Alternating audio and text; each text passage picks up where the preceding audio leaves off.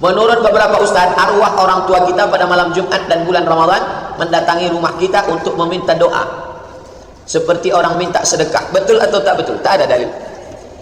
Nampak saya tadi malam Pak Ustaz, waktu pemadaman bergilir, datang dia membuka tudung sangai, datang dia mengambil ikan goreng. Itu jin, setan. Kalau nampak nanti malam Jumat datang bentuk Ustaz Abdul Somad, tiba-tiba duduk di ruang tamu Bapak, ceramah di situ, Assalamualaikum, itu setan. Bukan, tapi jangan bilang Abdul Somad mati jadi setan. Setan mau menyesatkan orang. Hai Fulan bin Fulan, aku adalah Syekh Abdul Qadir Jailani, janganlah engkau salat lagi karena semua dosamu sudah kuampuni. Setan, jin menyerupai para wali-wali Allah, jangan ikut. Apa hukumnya makan berdiri? Makan berdiri haram. Dari mana dalil makan berdiri itu haram? La yashrabanna ahadukum qa'iman, janganlah kamu minum berdiri. Faman nasiya falyastaqi, siapa yang lupa hendaklah dia memuntahkannya. Maka berdasarkan hadis ini minum berdiri itu haram. Tapi kemudian ada hadis menyebut syariba zamzam qa'iman, Nabi minum air zamzam berdiri. Hadis qauli mengatakan haram minum berdiri, sedangkan Nabi sendiri waktu minum air zamzam berdiri. Dikombinasikan antara dua hadis ini, kalau Nabi mengucapkan sesuatu lalu dia lakukan sesuatu itu, maka kaedahnya dalam mukhtaliful hadis menunjukkan jatuh dari haram menjadi makruh. Tentang minum, tapi makan tetap pada hukum asli. Maka di rumah-rumah makan, hotel-hotel yang menyediakan makan berdiri, kalau sudah saya tengok makan berdiri, saya balik. Ini tak betul. Jangan kita ikut tradisi. Tradisi kita makan duduk bajambau, bajambar, duduk. Sekarang tak ada lagi, makan tegak. Tak ada beda antara sapi kurban dengan orang yang berkurban, sama-sama makan toga. Nah, ini mesti diperbaiki. Apakah tuyul itu ada atau hanya alasan saja untuk mencuri? Tuyul itu jin.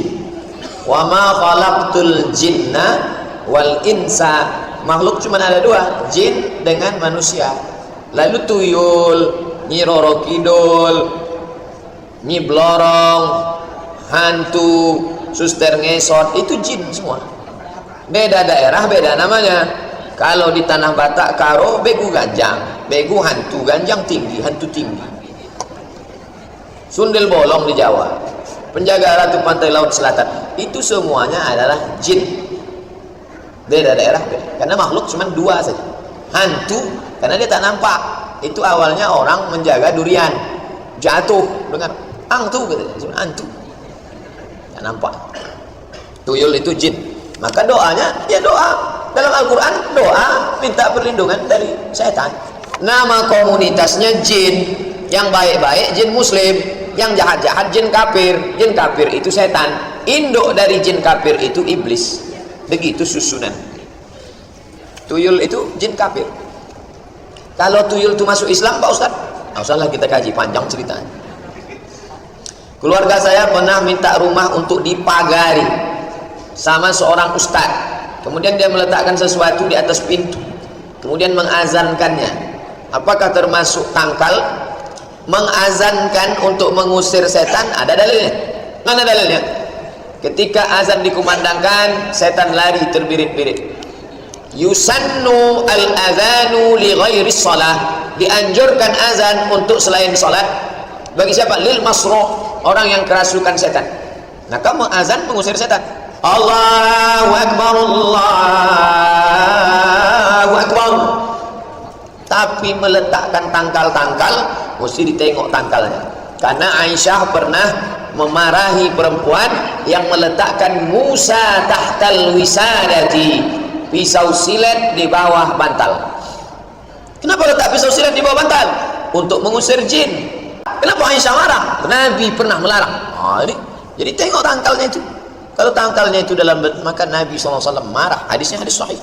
Jadi kalau begitu orang kafir orang dulu, itu bukan tradisi nenek moyang kita saja. Tradisi mereka dulu juga melakukan itu. Apa hukumnya wanita mu'alaf menikah dengan laki-laki muslim tanpa sepengetahuan orang tua dari mu'alaf tersebut? Apakah perlu minta izin orang tuanya dulu atau gimana? Wa in jahadaka, kalau mereka mau maksa, bapakmu, ibumu kafir, dipaksanya engkau untuk menyembah Tuhan dia, fala tuti'huma, jangan kau ikut. Tapi untuk melawan, wa sahibhuma fid dunya ma'ruf, ma'rufa. Tetaplah kalian bergaul, tetaplah kalian berkawan, sambung silaturahim.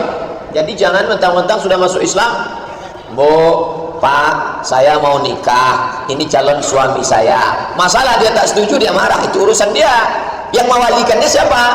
Fas-sultanu waliyun man la waliyalaha. Walinya adalah wali hakim. Karena orang kalau sudah masuk Islam, itulah dakwah dia. Anak saya dulu ngelawan, setelah masuk Islam malah minta izin cium tangan di peluknya saya, dibawakannya makanan. Lunak hatinya. Kalau begitu nak, aku pun bersyahadat. Jangan sampai anak saya dulu baik, sekarang sejak masuk Islam itu. Apa dalil Ustaz boleh orang non muslim menyambung silaturahim? Asma, ummi qadimat wa hiya raghibatun. Ya Rasulullah, mak saya datang, maknya musyrik. Afa asiluha, boleh saya sambung silaturahim dengan mak saya? Kata Nabi, siliha, sambung. Padahal non muslim. Apa utiha, boleh saya beri hadiah? Iktiha, berikan. Ini dalil tidak putus hubungan baik dengan ibunda, ayahanda, tapi dia tidak ada kuasa. Kalau sudah dapat suami yang baik, menikahlah. Izin tak berpengaruh, cuman caranya santun. Pak Ustaz, bagaimana tips agar anak-anak kita masih kecil dapat menumbuhkan rasa takut pada Allah dan takut beribadah? Dulu saya kalau bawa main-mainan, orang tua itu nanya, khususnya mak, ini dapat dari mana tadi? Di jalan, mak. Nanti main-mainan ini akan jadi besar hari kiamat, kau akan pikul. Kau cari siapa yang punya ini. Balikkan balik ke tempat. Sampai sekarang itu ada dalam ingatan.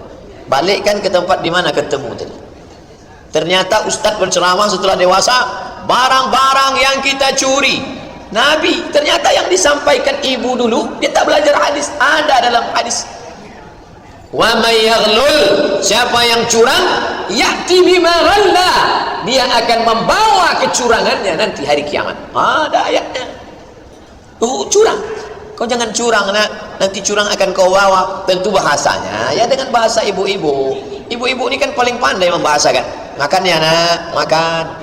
Tujuannya supaya dia makan, tujuannya supaya dia takut. Oh, anak saya ini suka dengan bintang Pak Ustaz, dimasak kan ya telur dadar gambar bintang. Mau makan bintang, yang penting dia mau makan. Kebetulan ibunya poluan, dia ambilnya pistol, makan kalau takut tembak gitu. Intinya dia mau makan. Caranya biar supaya dia gimana makan, intinya takut. Kalau saya dulu begitu, mak saya. Nanti sampai sekarang kalau barang-barang takut, menanamkan takut kepada Allah. Sebelum tidur malam ngobrol, tapi bukan dongeng. Nanti kalau kita mati itu emak tak bisa nolong, ayah jauh, semua dosa-dosa kita hidup lagi. Ngobrol, cerita. Tentu ceritanya jangan dikopi ceramah Ustaz Abdul Somad, tak nyambung. Bilisani qaumihi, dengan bahasa ibu, dengan bahasa bapak. Itu mana. Apa hukumnya kalau perempuan sedang puasa pakai lipstik? Apakah ibadah puasanya sah? Lipstik tak membatalkan puasa, kecuali pakai lipstik sambil minum es teh. Itu batal. Tapi yang jadi masalah, walaupun dia tanya lipstik, karena lipstik itu di luar. Mazhab Hambali, jangankan yang di luar, ujung lidah mencicip gulai tak batal. Tak batal, Hambali. Tapi mencicip sekali, jangan setengah mangkuk. Apalagi di sini. Cuman masalah lipstik ini masalah nih. Jangan pakai makeup. Merah, hijau, biru, putih, muka putih, tangan hitam. Usah kali. Banyak jamaah kita, akhwat kita tak ada pakai makeup itu. Yang penting inner beauty. Cantikan dari dalam, karena hatimu bersih, karena cahaya tahajudmu. Karena kalau orang sudah terbiasa pakai makeup, ketika dia tidak makeup, dia tidak pede. Dia tak berani menghadapi orang. Ma, ada tamu pergi, mama enggak berani. Akhirnya suatu hari terpaksa orang masuk karena kepentingan tanda tangan, dibuka, melompat orang. Disangkanya mak lampir. Makeup itu membuat wajah makin hitam, kusam, karena pori-pori tertutup. Banyak. Usah berhenti pakai makeup. Ada kuburan seorang nenek yang meninggal sudah 20 tahun.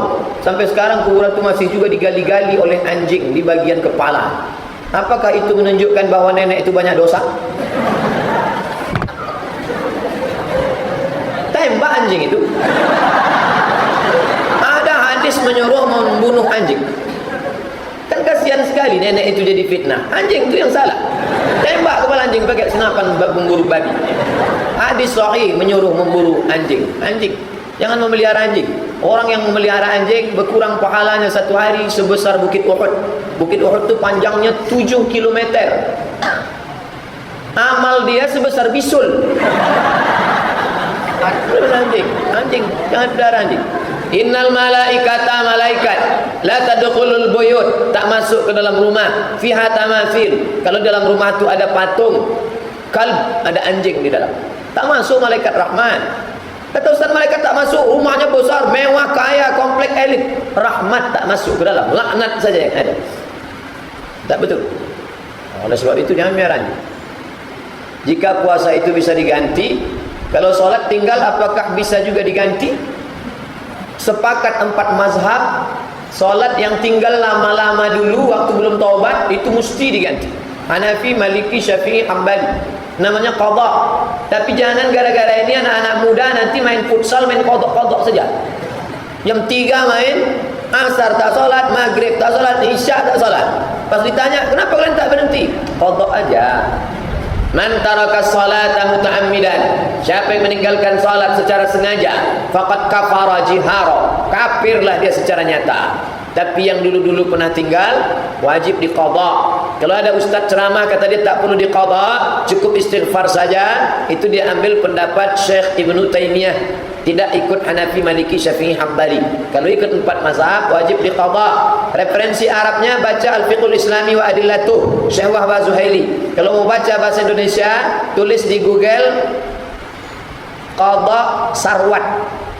Qadha, keyword, kata kuncinya qadha sarwat. Sarwat itu nama Ustaz Sarwat LC dari Lipia yang menulis tentang dalil-dalil qadha. Yang mau referensi Arab buka Al-Fiqhul Islami wa Adillatuh. Apakah dalam beribadah harus tahu dasar ayat dan sunnahnya? Bagi yang muttabi, paling tinggi mujtahid, di bawah mujtahid muttabi, di bawah muttabi muqallid. Mujtahid mesti tahu seluk-beluk dalil terperinci detail, di bawah itu muttabi sekedar tahu dalil umum. Kenapa kamu salat? Karena Allah berfirman wa aqimus shalah. Kenapa kau zakat? Karena Allah berfirman wa atuz zakat. Itu namanya muttabi. Sedangkan yang paling bawah muqallid. Kenapa kau salat? Pokoknya Allah nyuruh salat. Ayatnya banyak yang perlu ku hafal lagi, tak hafal lagi. Itu namanya muqallid, 3 level. Mujtahid, muttabi', muqallid. Ustaz, saya punya komitmen sama laki-laki tapi tidak pacaran, tapi mempunyai ikatan janji. Itu juga beda casing, satu signal. Apabila dia tidak juga datang sementara ada laki-laki yang ingin melamar saya, apa saya berdosa melanggar janji saya sama laki-laki tersebut? Tidak ada komitmen kalau bukan khitbah. Maka kalau mau buat perjanjian, suruh dia mengkhitbah. Aku tak ada komitmen, dan pada dasarnya tak ada hubungan laki-laki dan perempuan, berjumpa, ngobrol, tak ada, SMS-an. Maka bilang sama dia, kau datang ke tempat bapakku, pinang aku dengan bismillah. Kalau dalam masa pinangan itu ada orang meminang, tak boleh diterima. Jangan bapak nanti mudah saja, Pak, ku pinang anak bapak. Iyalah, apa ku kasih? Cincin emas 2 gram. Iya, 3 bulan sesudah itu datang bawa gelang emas 15. Ini aja lah gitu dia. Karena Ustaz kemarin ceramah bilang ambil yang baik-baik, buang yang murah-murah. Tak bisa. Kecuali yang pertama itu mengatakan, Pak, aku batalkan ini dan kita tetap hubungan baik. Datang orang lain minang, baru. Ini komitmen-komitmen begini ini tak bisa. Karena sudah diatur dalam Islam. Main bola aja ada aturannya. Diatur oleh FIFA. Namanya statuta. Masa hidup tak ada aturan? Ustaz, bagaimana cara agar kita selalu bertawakal? Bagaimana cara mengaplikasikannya? Cara mengaplikasikannya, tawakal. Motor itu dikunci stangnya, dikunci bannya, dikunci rantainya, kuncinya masuk ke kantong, kantong itu pun dikunci. Itu namanya tawakal. Dalilnya mana? Masuk orang ke masjid pakai onta kuda, dilepasnya. Datang dia tanya ke Nabi, ya Rasulullah, aqiluha wa atawakkal au utliquha wa atawakkal. Ku tambatkan dulu atau ku lepas aja? Kata Nabi, iqilha, tambatkan, sesudah itu baru kau bertawakal. Tambatkan dulu baru tawakal. Kalau hilang berarti takdir. Tapi kalau tetap ada, kau sudah berusaha. Begitu juga dengan rezeki ini. Pasang pancingnya, pasang pancing berapa? 5 pasang. Dapat rezeki, tak dapat sabar. Rezeki tak berpintu. Bisa jadi pulang dari sungai tak dapat apa-apa, hampa, tawakal. Sampai di rumah, ikan yang di sungai tak dapat, di rumah sudah ada ikan besar, asam podeh dikasih tetangga. Tapi jangan berharap tetangga ngasih lalu tak mancing.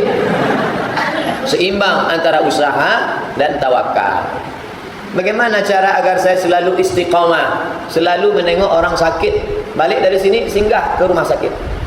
Kalau ditanya security, kamu mau nengok siapa? Siapa aja yang sakit mau kutengok. Aku mau ambil pelajaran. Antar jenazah ke kuburan. Man syahidal janazah hatta tudfan. Siapa yang menengok jenazah sampai ke liang lahat, lahu qiratan, dapat 2 qirat. Apa qirat itu ya Rasulullah? Mithlul jabalainil azimaini, seperti 2 bukit Uhud yang besar. Apa manfaatnya? Menengok jenazah masuk liang lahat, pejabat besar, orang kaya, akhirnya masuk juga menjadi cacing tanah. Aku apa yang akan kubawa? Bangkit semangat beribadah. 3, berkawan dengan orang-orang soleh. Kata Imam Al-Hasan Al-Basri, kalau kau tidak mendapatkan kenikmatan pada 3, berarti pintu sudah tertutup. Tak merasakan nikmat baca Quran, tak merasakan nikmat berkawan dengan orang soleh, tak merasakan nikmat solat berjamaah. Tak kau rasakan 3 kenikmatan ini, fal babu mughlaq, maka pintu sudah tertutup. Nauzubillah. Alhamdulillah malam ini merasakan nikmat berkawan sama orang-orang soleh, nikmat solat berjamaah, pulang dari sini atau besok pagi nikmat membaca Al-Quran. Saya mau nanya, bagaimana hukumnya mengqadha puasa di hari Jumat? Tidak boleh puasa tunggal hari Jumat. Mesti puasa hari sebelumnya Kamis Jumat atau hari sesudahnya Jumat 1. Kecuali orang yang kebetulan puasa Daud jatuh hari Jumat tunggal, boleh. Dimulainya Senin. Senin puasa, Selasa makan, Rabu puasa, Kamis makan, Jumat puasa, Sabtu makan, boleh, karena kebetulan bertepatan. Yang kedua yang boleh itu adalah ketika sudah di ujung-ujung mau mengqadha, tapi sebaiknya tidak. Yang tak boleh itu tunggal Jumat takziman, mengagungkan hari Jumat, tak boleh. Karena Jumat itu hari raya, Idul Fitri, Idul Adha, hari Jumat, 3 hari raya. 3-3 itu kita mesti makan. Tak boleh tak makan.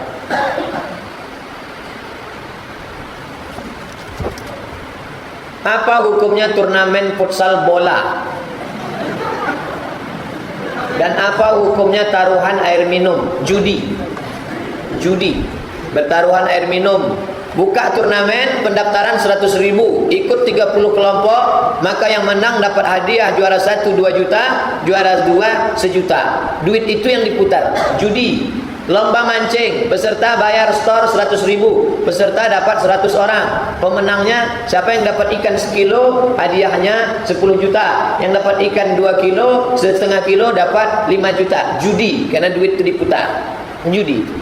Berhentilah. Yang panitia tobat. Jangan lagi dibuat lagi. Tak ada barokah di dalamnya.